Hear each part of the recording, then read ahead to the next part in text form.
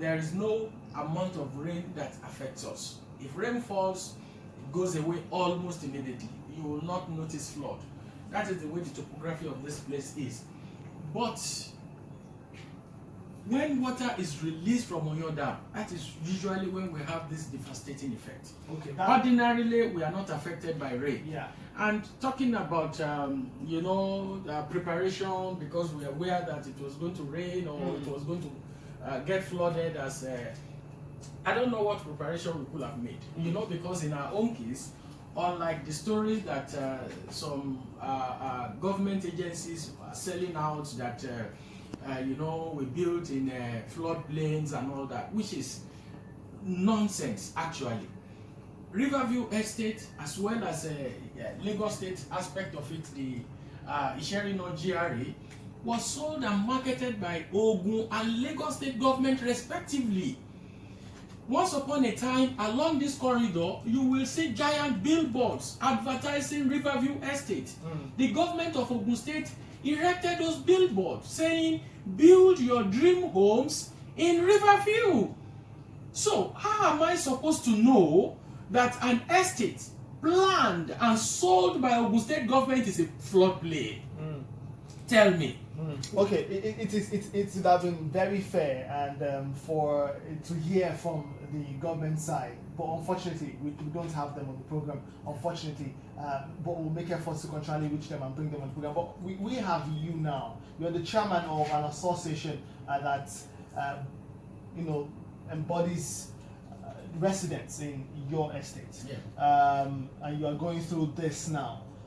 We know, we can confirm that the governor visited your community a few days ago, and sure. the deputy governor also yesterday. Yes. What's plans? Are there any concrete actions that have been taken, and are there, say, relief materials or provisions that have been made for residents in your community?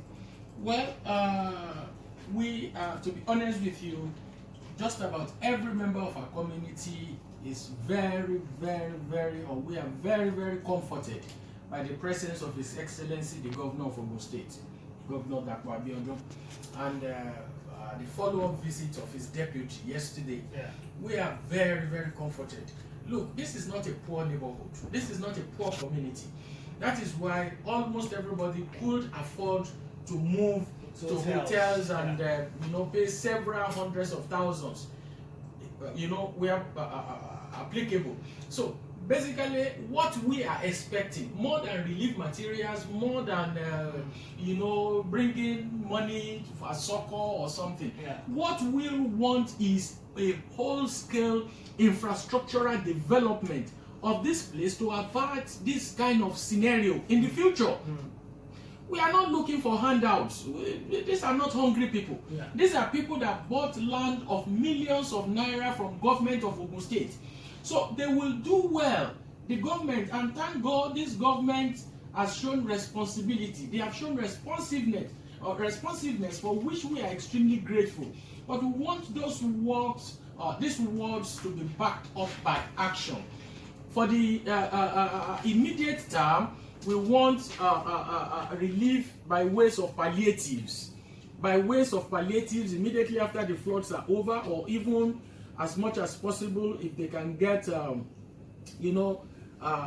equipment which we know are within the there are resources available with government that they can clear up the drainage channels to make the water flow out freely and quickly, and afterwards to begin massive palliative work to make life more livable for residents. We will be glad if these measures are put in place, rather than thinking of how they will give handouts as if we are refugees. We are not. Unfortunately, the situation on ground now has made most of us refugees. So what we will appreciate more than maybe any emergency measure, people coming with handouts, with relief materials. What we want is the development of our community. This place belongs to government of Ogun State. Isheri North belongs to government of Lagos, and these two governments must come together, approach the federal government that this is an ecological problem. They put us here. I could have built my house elsewhere. I could have been blamed if I bought my land from land speculators, from the Omoniles. I said, okay, you brought this upon yourself. But who is going to blame me for buying land? And if I can't trust the government, tell me who should I trust? Alrighty. We'll go on a very short break now. When we get back, we'll also take calls and contributions. I see the phone lines are buzzing. Would hear your thoughts. Speaks Rainbow 94.1 FM. And then just somehow a friend of mine who lives in this area, who has been displaced, just walking to the studio. All right. Let's get back to the conversation real quick. Abayomi Akinde is still here, Chairman Riverview Estate, residents and stakeholders association. You mentioned just before that break that you and your residents in Riverview, which you represent here at this time, yes. Demand infrastructural development from the governments of both Ogun State and Lagos State, who are in charge of the Isheri North area of the community. What specifics are you looking at? Because I drive past this road daily to get to work, right? Yes. And it's, to be fair, a mess. Okay. Yeah. What other specifics are you demanding from the government in order to avert such, crisis, and even furthermore, in advocacy for, development in your community? Okay, thank you. You see, the fact that you are able to even drive to your studio in such a mess of the road, it's as a result of the collective effort of residents. Once upon a time, Rainbow staff and their guests are not able. They used to park. I can tell you that story. They used to park at the filling station down the road, fact bins. They cannot even afford to come here by car.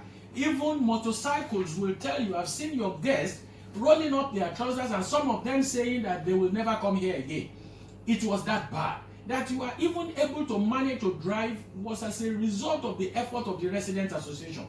We contribute money twice every year to grade the road and make it smooth in order for us to commute. Now, what we are asking from the government as immediate relief is the fixing of, we know this is going to take a while, definitely, but they can come with machinery, they've got it. To fix the road, we need drainages. Our flood water needs to drain into the river. That's fundamental, because I've realized in this entire community that there are no real drainages. There's no drainage. There are no, and please just go on. Yes, we need drainages in this community in order to be able to drain the water. So we just try to do, look, even the earth drain you see all over, it's our collective effort. In fact, there are some places now who need to do earth drain, but because we've not had the surveyors from Ogun State government to come and give us the proper role alignment in order for us to, do the earth drain. This is going to cost millions. This is a very massive estate. It is not what we can do. When fully developed, this estate has well over 7,000 plots.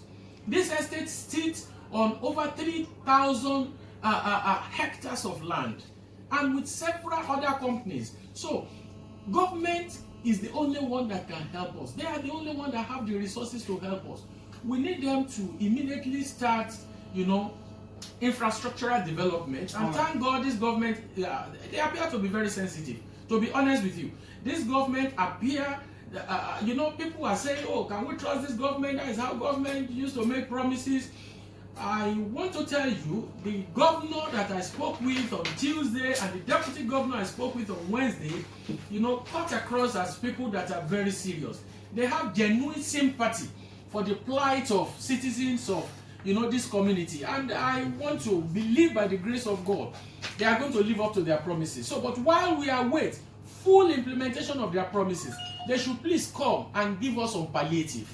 All right, very, very quickly also, there were reports that before the gates and the dam were open, you were notified, residents were notified. Can you confirm to us that they reached out to you and were notified that, well, water is coming? No, absolutely not. Between me in particular and our community in general and the management of Osun River Basin Development Authority, there is a channel of communication. Okay. For the past 10 years, There is no managing director of Ogun River Basin Development Authority that does not have my telephone number. They didn't reach out to us. They did not. They never did reach out to us. So the managing directors, some of the directors, the executive directors, they have our communications line. I have the numbers of all the. I've worked with about 5 managing directors now of Ogun River Basin Development Authority, commencing from the time of Engineer Jimemoliki. So we have been working with them. They never notify us. In fact, if anything, they've been telling us lies in recent time. Unlike they were telling us that they've been opening the dam since May, which is actually not true, giving statistics and dishing out statements that are irresponsible, right, which we are preparing our response to. All right, Abayomi Akinde. Again, I wish that we were able to establish contact with this individuals to talk about, so we can hear their side of the story. But while we cannot at the moment, would just begin to wind up the conversation. And one more thing, just before we go, we'll do the phone calls and then we'll continue the conversation here. Hello, good morning.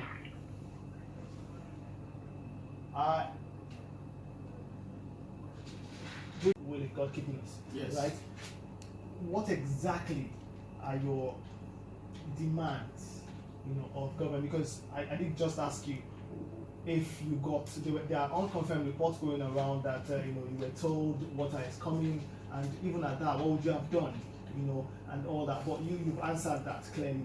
What needs to be done, in terms of flood disaster management? Well, this falls within the purview of ecological disaster, clearly. And from what I understand, this is responsibility of the federal government. But of course, the federal government will not deal with the community directly. They will deal with our state governments. Yeah. By the way, what has the local government officials in your in Isheri done? Nothing. Have you related with them though? Just now that you are mentioning it, to be honest with you, I did not remember we have a local government.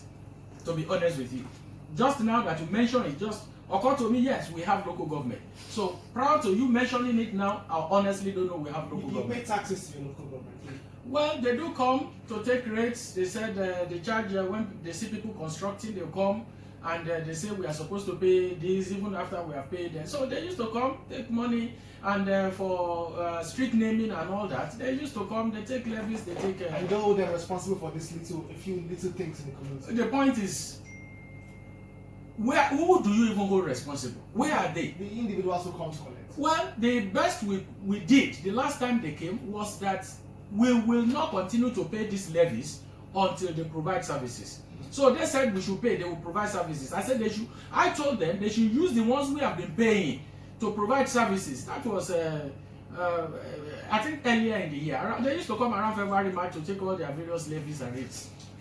All right. Unfortunately, we have to have the conversation now. Thank you again, Abayomi Akinde, Chairman Riverview Estate Residents and Stakeholders Association, for stopping by and for talking to us about this. We would reach out to more stakeholders to continually give you updates on this as regards flood disaster management. We know that there are different phases to this: the preparedness phase, the actual thing, and the prevention and all that. And we hope that, as a people, and not just relying on government alone, we can all step in because we're affected somehow. Once our hearts are with you and residents in Riverview and the entire Isheri area and everybody experiencing this in Lagos and the entire country. Thank you one more time.